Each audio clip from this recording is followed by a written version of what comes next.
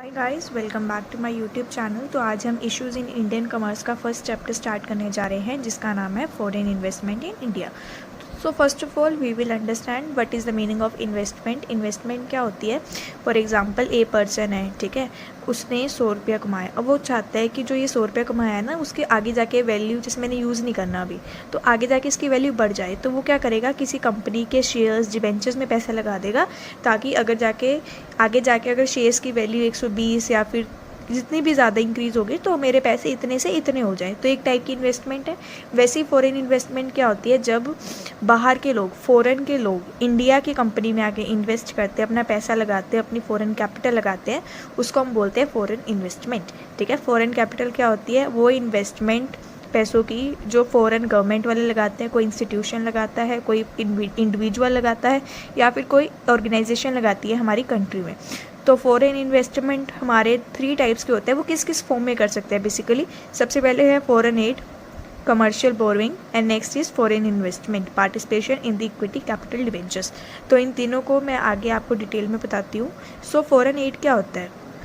Foreign capital may come to our country in the form of foreign aid. तो foreign capital हमारी country में कैसे आ सकते हैं? In the form of foreign aid. Foreign aid refers to the concessional loans and grants receive from abroad. तो foreign aid क्या होती है? एक टाइप के ग्रांट्स होते हैं, एक टाइप के लोन होते हैं जो हम अब्रोड से रिसीव करते हैं। इसका जो रेट ऑफ इंटरेस्ट है वो मार्केट रेट ऑफ इंटरेस्ट से थोड़ा कम होता है, ठीक है। और इसकी हम रीपेमेंट कैसे कर सकते हैं? लॉन्ग पीरियड ऑफ टाइम के लिए भी कर सकते हैं, डेकेड्स तक हम एक्सटेंड कर सकते हैं, ठीक है। तो आगे ग्रांट्स क्या होते हैं? ग्रांट्स क्या होते हैं? जो हम गिफ्ट वगैरह हमें रिसीव होते हैं। इसमें ऐसा तो नहीं अगर आपने किसी को गिफ्ट दिया तो आप जाके उसको रीपेमेंट कर रहे हो, या फिर इंटरेस्ट के साथ उसको वापस दे रहे हो, या फिर आप उसको कोई रेट ऑफ इंटरेस्ट प्रोवाइड कर रहे हो, या फिर उसको वो कुछ भी दे रहे हैं, मतलब हमें कोई रीपेमेंट नहीं करनी है ना इस चीज़ की, हमें ग्रांट्स मिल रहे हैं और इसको हम ना कोई रिटर्न करेंगे या फिर इस इंटरेस्ट की कैपिटल पे करेंगे, ऐसा कुछ नहीं होगा। नेक्स्ट है concessional loans. The rate of interest on such loans is lower than the market rate of interest. The repayment period of this loan is long. These loans are given to the developing countries for the development of project. जैसे कि अगर India में कोई project चल रहा है, ठीक है, और इसकी तरक्की होती है, इसलिए क्या करते हैं, जो बाहर के लोग होते हैं वो इन्वेस्ट कर देते हैं, ताकि जो हमने पैसा लगाया है उनकी डेवलपमेंट में जो मदद हुई है, ताकि मेरा पैसा भी थोड़ा बढ़ जाए। तो कंसेशनल लोन्स का जो टाइम पीरियड है वो थोड़ा ज़्यादा होता है, और इसका जो रेट ऑफ इंटरेस्ट है वो जनरली मार्केट रेट से कम होता है। अब loans from the foreign government, और जो गवर्नमेंट होती है, फॉरेन गवर्नमेंट होती है, वो क्या करती है, अदर गवर्नमेंट को लोन प्रोवाइड करती है। किस चीज़ के लिए? या फिर प्रोजेक्ट के लिए, कोई प्रोजेक्ट चल रहा है वो अच्छे से स्पेसिफाई हो जाए, या फिर कोई प्रोजेक्ट नहीं है। अब loans from the international financial institutions, जो हमारे इंटरनेशनल फाइनेंशियल इंस्टीट्यूट्स होते हैं, जैसे कि वर्ल्ड बैंक हो गया, एशियन बैंक डेवलपमेंट हो गई, वो क्या करते हैं, लोन्स प्रोवाइड करते हैं फॉरेन कैपिटल के फॉर्म में, ताकि जो इंडिया में प्रोजेक्ट वगैरह चल रहा है उनको जो ज़रूरत है पैसों की वो मिल जाए, ताकि हमें थोड़ा रेट ऑफ इंटरेस्ट मिल जाए, ठीक है। अब नेक्स्ट हमारी फॉरेन कैपिटल का टाइप है कमर्शियल बोरोइंग। जो ये वाले लोन्स होते हैं ना, एक टाइप के लोन्स ही होते हैं, ठीक है। These loans are raised from the foreign banks at the market rate of interest. ये क्या था? मार्केट रेट ऑफ इंटरेस्ट से लो था, और ये कितना है? इक्वल टू है। Rate of interest on the commercial borrowing are higher than the loans as foreign aid. जो फॉरेन एड से जो हमें इंटरेस्ट मिलता है, लो इंटरेस्ट मिलता है ना, इसमें थोड़ा एज कंपेरिजन टू हाई मिलता है। और इसका जो इसमें रीपेमेंट पीरियड कितना था? लॉन्ग था, और इसमें रीपेमेंट पीरियड कितना है? शॉर्ट है। अगर इन दोनों में डिफरेंस भी आए 2 मार्क्स का, 3 मार्क्स का, तो आप लिख सकते हो। अब नेक्स्ट है हमारा loans from the foreign bank. Many a time government of India has raise the loans from the foreign bank such as the US Exim bank. बस इसमें कुछ नहीं है, जो लोन्स है वो फॉरेन बैंक से ले सकते हैं, अलग अलग टाइप्स के फॉरेन बैंक के नाम हैं। नेक्स्ट है डिपॉजिट्स ऑफ NRI। जैसे कि आजकल हमने देखा ही है, जो हमारे पेरेंट्स होते हैं, ठीक है, हमारे पेरेंट्स जो होते हैं वो क्या करते हैं, अपने बच्चों को बाहर भेज देते हैं, और जो बाहर जाके बच्चे कमाते हैं, पैसा वगैरह देते हैं, वो अपने इंडिया में जो पेरेंट्स रह रहे हैं उनको भेजते रहते हैं, है ना। जो NRI होते हैं, नॉन रेजिडेंट ऑफ इंडिया होते हैं, वो क्या करते हैं, अपने पेरेंट्स को डिपॉजिट कराते रहते हैं, पैसे देते रहते हैं, ताकि उनके पास फॉरेन कैपिटल आ जाए थोड़ी। अब लास्ट हमारा और मेन है, जो इस चैप्टर में मेन यही है, फॉरेन इन्वेस्टमेंट, ठीक है। ये एक टाइप की फॉरेन कैपिटल है। इसका मीनिंग आपको पहले मैंने बता दिया था कि जो फॉरेन के इन्वेस्टर्स होते हैं, इंडिया की कंपनी के जो शेयर्स डिबेंचर्स होते हैं, ठीक है, उनमें आके इन्वेस्ट करते हैं, ताकि उनका पैसा थोड़ा बढ़ जाए। We have reduce our dependence on the commercial borrowings because commercial borrowings are raised at market rate of interest. मैंने आपको पहले भी बताया था, ये मार्केट रेट ऑफ इंटरेस्ट पे वो करते हैं, बोरो करते हैं, इसलिए आजकल कमर्शियल बोरिंग कम होती है। तो इसी करके जो हमारी गवर्नमेंट है वो क्या करती है, प्रमोट करती है कि तुम ज़्यादा से ज़्यादा फॉरेन इन्वेस्टमेंट करो ताकि जो तुम्हारा मार्केट रेट है उनको ज़्यादा मिल जाए। ठीक है, अब जो हमारी फॉरेन इन्वेस्टमेंट है वो आगे 2 टाइप्स की होती है। पहला होता है फॉरेन डायरेक्ट इन्वेस्टमेंट, दूसरा है पोर्टफोलियो इन्वेस्टमेंट। तो इनको मैं अभी डिटेल में बताती हूँ। सबसे पहले हम बात करेंगे फॉरेन डायरेक्ट इन्वेस्टमेंट की।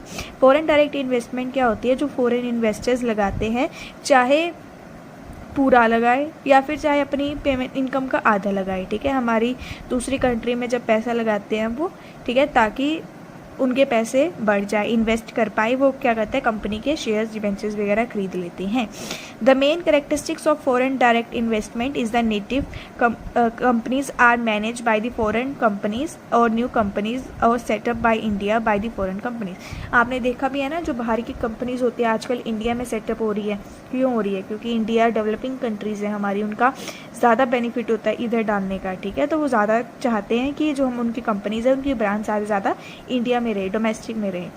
नेक्स्ट होता है हमारा portfolio investment. Under this type of investment foreign companies, foreign institutional investors by debentures और shares of native company. Natives मतलब जो हमारी डोमेस्टिक कंपनीज हैं उसमें शेयर्स डिबेंचर्स खरीदना ज़्यादा प्रेफर करते हैं आजकल। However management and the control remain wasted with the native. But इसमें क्या होता है कि जो मैनेजमेंट है, जो पूरा कंट्रोल है, वो कौन करेगा, नेटिव लोग करेंगे। ठीक है, और इसमें क्या था, जो फॉरेन की कंपनीज है वही कंट्रोल करेंगी, वही ओन करेंगी। बट इसमें क्या है, चाहे फॉरेन इन्वेस्टर्स कर रहे हैं, इंडिया की कंपनी में शेयर डिबेंचर्स खरीद रहे हैं, बट इनका जो क्या है, इनको वो कौन करेगा, मैनेज कौन करेगा, उनको कंट्रोल कौन करेगा, उसको डोमेस्टिक कंपनीज ही करेंगी। तो इन दोनों में डिफरेंस क्या आ गया, आपको पता चल गया ना। गुड।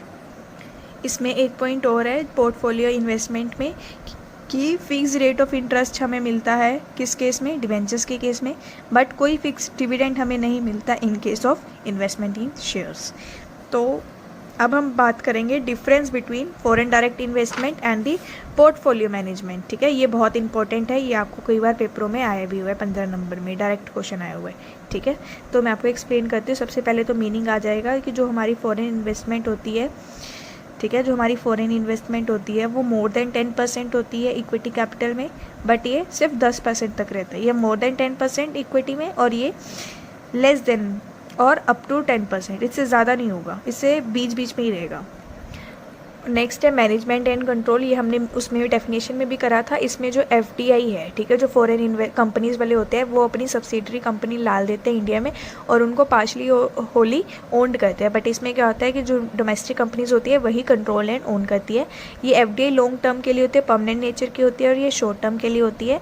इसमें जो एग्जिट और एंट्री है ना, दोनों कॉम्प्लेक्स होती है, इनमें हाई प्रोसीजर चाहिए। ठीक है, प्रॉपर स्ट्रेटेजिक प्लानिंग बनानी पड़ती है, और इसमें ऐसा कुछ नहीं होता, सिंपल होता है। ठीक है, और हमारा स्टेबिलिटी एंड वोलेटिलिटी का क्या होता है कि जो हमारे एफडीआई होती है ना वो स्टेबल होती है। लोग जैसे कि अगर कुछ थोड़ी बहुत इश्यूज आ गई तो वो विड्रॉ नहीं कर लेते हैं, वो ट्रस्ट करते हैं और उस पर इन्वेस्ट करके रखते हैं। बट इसमें क्या होता है, हाईली वोलेटाइल होते हैं, लोग विड्रॉ कर लेते हैं अगर थोड़ी बहुत भी इश्यूज आने शुरू हो जाते हैं।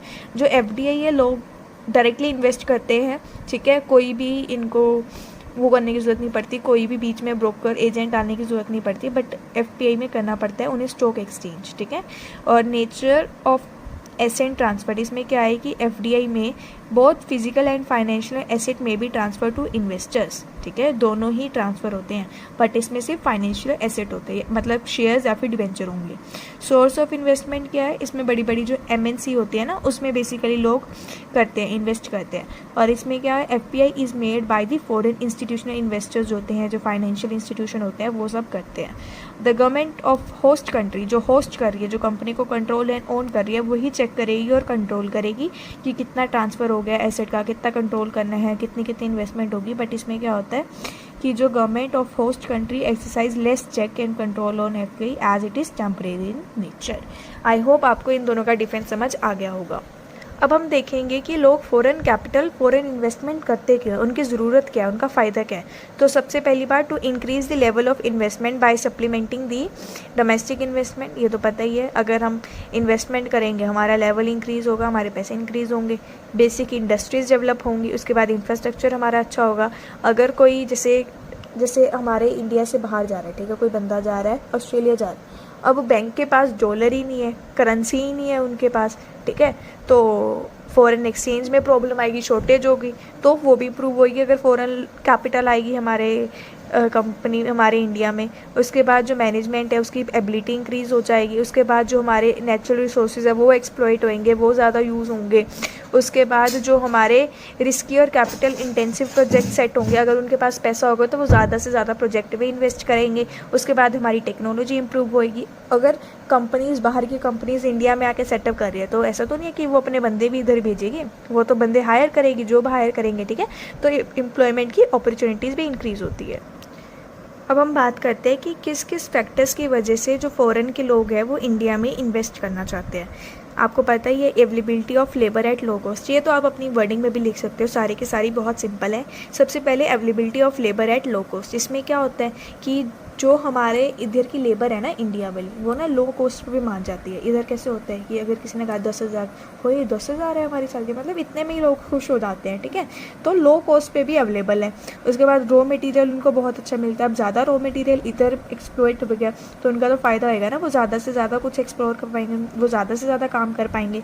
उसके बाद इंफ्रास्ट्रक्चर बहुत ज़्यादा इंप्रूव हो रहा है, FDI जिसकी वजह से ज़्यादा इंक्रीज़ हो रही है। इधर का रोड्स, रेलवे, स्पोर्ट्स वगैरह बहुत अच्छे हैं।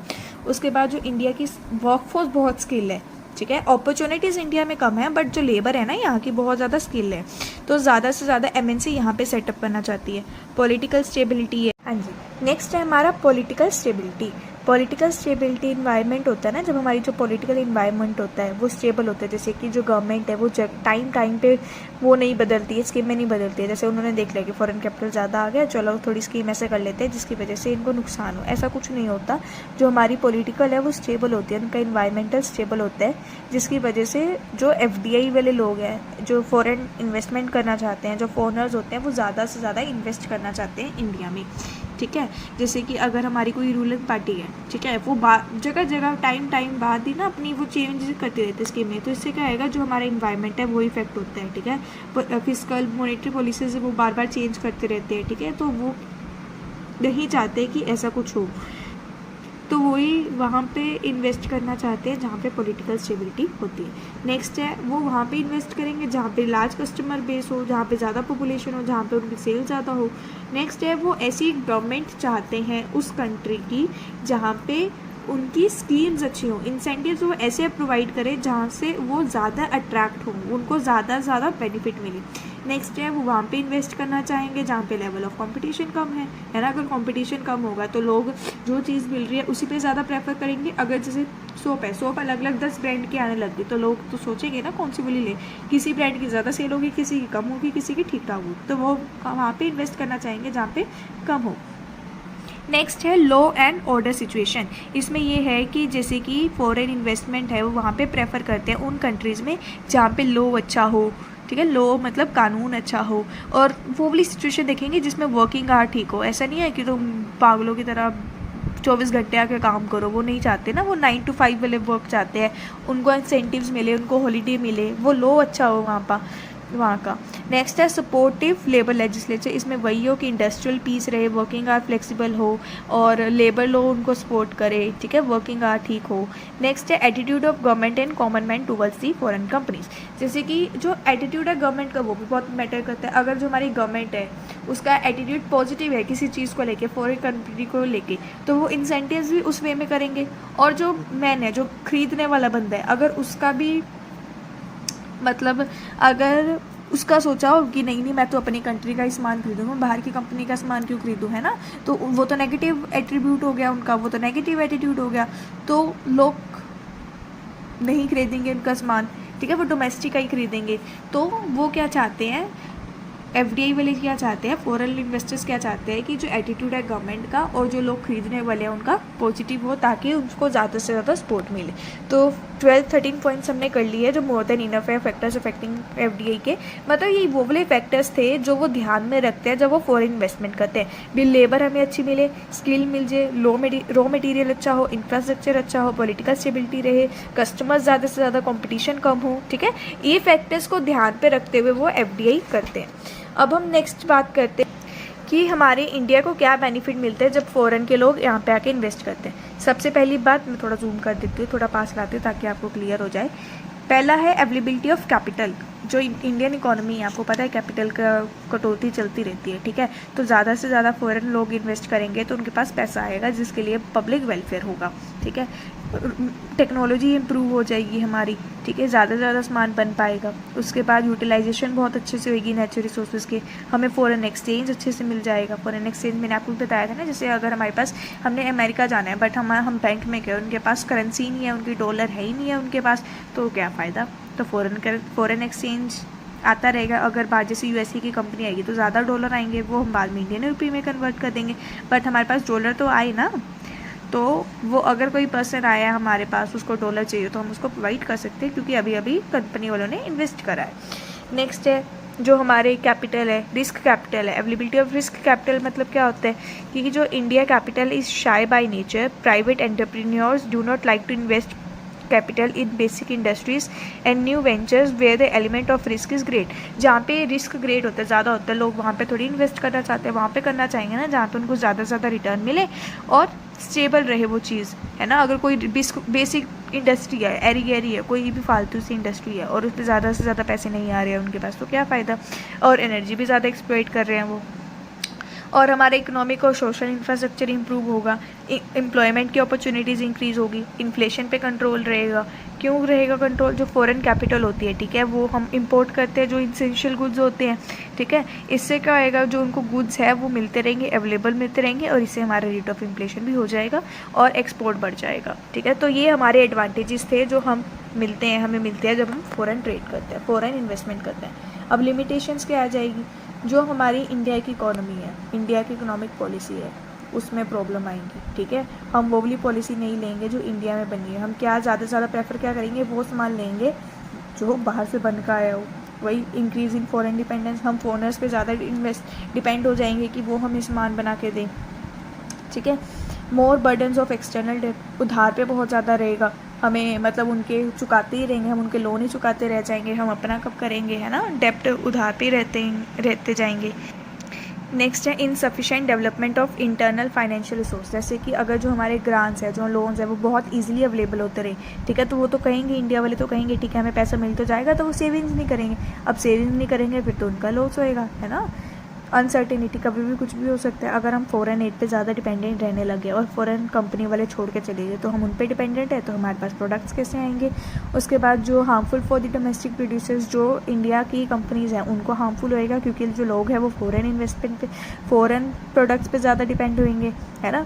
उसके बाद जो इंडिया की टेक्नोलॉजी है बहुत ज़्यादा इफेक्ट होगी क्योंकि वो मॉडर्न टेक्नोलॉजी अडॉप्ट करना चाहेंगे। इम्बैलेंस डेवलपमेंट, इसमें क्या होता है कि जो फॉरेन कैपिटल इन्वेस्ट करे, ठीक है, उनका क्या बेनिफिट होएगा, उनको क्या चाहिए, उनको चाहिए कि हाई प्रॉफिट हो, ठीक है। और जो प्रॉफिट हम बना रहे हैं हैवी इंडस्ट्रीज़ वाले होंगे, जो डोमेस्टिक प्रोड्यूसर्स वगैरह रहेंगे, उनको कम होएगा। उसके बाद मोर प्रोजेक्ट और रेट, इसमें क्या है, हमने करा था ना, जो फॉरेन एड क्या होता है, 2 टाइप्स के होते हैं। जो हमें फॉरेन एड्स मिलते हैं, लोन्स प्रोवाइड करते हैं गवर्नमेंट इंस्टीट्यूशन, किसके लिए, प्रोजेक्ट के लिए भी, अगर कोई प्रोजेक्ट चल रहा है उनके डेवलपमेंट के लिए। अब हम देखेंगे suggestions to overcome the shortcomings of foreign capital, ठीक है। हम क्या क्या कर सकते हैं, क्या क्या सजेस्ट है जिससे हमें फॉरेन कैपिटल की कमी ना हो। सबसे पहले तो अनटाइड एड, इसका मतलब भी जो भी हमें फॉरेन एड मिला है उसको यूटिलाइज अच्छे से करना है, ऐसा नहीं है कि पैसा फालतू में कहीं भी लगा दिया हो। उसके बाद लॉन्ग टर्म लोन्स हो गए, भी जो एग्रीमेंट्स हुए हैं, ठीक है, फॉरेन लोन जब हम ले रहे थे वो लॉन्ग टर्म होना चाहिए। इससे क्या होगा कि जो अनसर्टिनिटी, जो आगे आने वाली अनसर्टिनिटी है उसको हम अच्छे से फेस कर पाएंगे। और जो हमने पहली स्कीम प्लान करी है कि अगर हमें पैसा आ गया और हम ऐसे इधर इधर इन्वेस्ट करेंगे, ठीक है, ये डेवलपमेंट करेंगे, तो वो भी अच्छे से हो पाएगी अगर हम देखेंगे कि जो फॉरेन कैपिटल है वो कहाँ पे कैसे कब इन्वेस्ट करनी है। उसके बाद use for the productive product, जो प्रोजेक्ट हमारे लिए यूज़फुल है, हमारी डेवलपमेंट के लिए यूज़फुल है, प्रोडक्टिव है, सिर्फ वहीं पे हम लगाएं। उसके बाद more aid from the international institution, जैसे कि इंडिया ज़्यादा रिसीव करती है एड्स किस किस से, इंटरनेशनल इंस्टीट्यूशन हो गया जैसे कि international development association, international monetary fund, यहाँ से वो आजकल ज़्यादा प्रेफर करती है लेना as compare to commercial borrowing, क्योंकि वहाँ पे क्या था, वहाँ पे मार्केट रेट ऑफ इंटरेस्ट का सेम था, ज़्यादा नहीं था ना कम था, वो सेम था, तो फ़ायदा नहीं है ना। अब उसके बाद foreign capital linked with exports, foreign capital linked with exports, India should encourage such foreign capital investment as likely to increase exports. तो मतलब वो वही कैपिटल पे ज़्यादा इनकरेज होना चाहिए, ज़्यादा यूज़फुल होना चाहिए जो हमारे एक्सपोर्ट्स बढ़ाएं। उसके बाद डेप्ट सर्विसिंग्स पे हम लेस बर्डन डालें, हम ज़्यादा उन पे ना डिपेंडेंट रहे, ताकि आगे जाके हमें उनका लोन भी ना चुका पाए, ये वाले हालात ना आए। उसके बाद हर्डल्स क्या क्या आते हैं इन दी पाथ ऑफ FDI, क्या क्या प्रॉब्लम्स फेस करनी पड़ती है और हम क्या क्या बेटर इन्वेस्टमेंट क्लाइमेट बना सकते हैं। सबसे पहली बात, क्लियर और बोल्डर पॉलिसी होनी चाहिए, ताकि हमें क्लियर रहे कि क्या क्या फंडा मिलेगा, कितना कितना मिलेगा, कैसे कैसे रहेगा, क्या क्या इंटरेस्ट हमारा सेफ़ है। इंफ्रास्ट्रक्चर जो हमारा पुअर है, इनएडुकेट है, वो ज़्यादा सबसे ज़्यादा हैंडीकैप, वो सबसे ज़्यादा प्रॉब्लम क्रिएट करता है, ठीक है, फॉरेन इन्वेस्टर्स को इंडिया में इन्वेस्ट करने के लिए। तो हमें अपना इंफ्रास्ट्रक्चर इंप्रूव करना चाहिए। उसके बाद रिलेशन हमारे हेल्दी होने चाहिए। उसके बाद हमारा फाइनेंशियल सिस्टम स्ट्रेंथ होना चाहिए। ये तो बेसिक चीज़ें हैं, बेसिक टर्म्स हैं, है ना। पॉलिटिकल स्टेबिलिटी होनी चाहिए। ये जो भी प्रॉब्लम्स हमने करी थी ना, फैक्टर्स अफेक्टिंग FDI में क्या क्या फैक्टर्स ध्यान में रखते हैं जो फॉरेन्स होते हैं इंडिया में इन्वेस्ट करने के लिए, वही हम हिंड्रेंस में देखते हैं कि क्या क्या प्रॉब्लम हटानी चाहिए। तो पॉलिटिकल स्टेबिलिटी होनी चाहिए, इन्वायरमेंट अच्छा होना चाहिए, जो हमारे ब्यूरोक्रेटिक हर्डल्स होते हैं जो फॉरेन इन्वेस्टर्स फेस करते हैं, जैसे कि एक्सेसिव पेपर वर्क होता है, लाइनों में लोग खड़े होते हैं अपनी कंपनी के लिए लेके, वो उसको रिमूव करना चाहिए। और लैक ऑफ प्रमोशनल एफर्ट्स होते हैं, क्योंकि आजकल क्या होता है, सारे पैसे लेके प्रमोशन करवा लेते हैं, ठीक है, और जो लोग सच में वर्थ इट होते हैं और वो अफोर्ड नहीं कर पाते हैं, तो वो प्रमोशनल इफेक्ट हो गया उनका, ठीक है। और sometimes opposition parties and people with the conservative attitudes instigate common man against FDI, मतलब जो opposition party वाले होते हैं वो करते नहीं है कि क्या ज़रूरत है तुझे FDI करने की, मतलब उनको भड़काना एक टाइप से, तो वो भी कभी कभी करते हैं जिससे FDI इफेक्ट होती है। तो दिस वॉज योर चैप्टर, ठीक है, ये आपका 15 नंबर में बनता है और इस चैप्टर में कुछ ऐसा इंपॉर्टेंट नहीं है।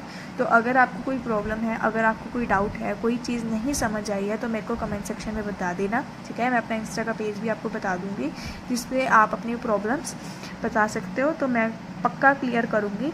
बाकी अगर आपको समझ आया, थोड़ी सी भी हेल्प हुई है, तो लाइक शेयर ज़रूर कर देना, subscribe my channel. Thank you so much, bye bye, take care.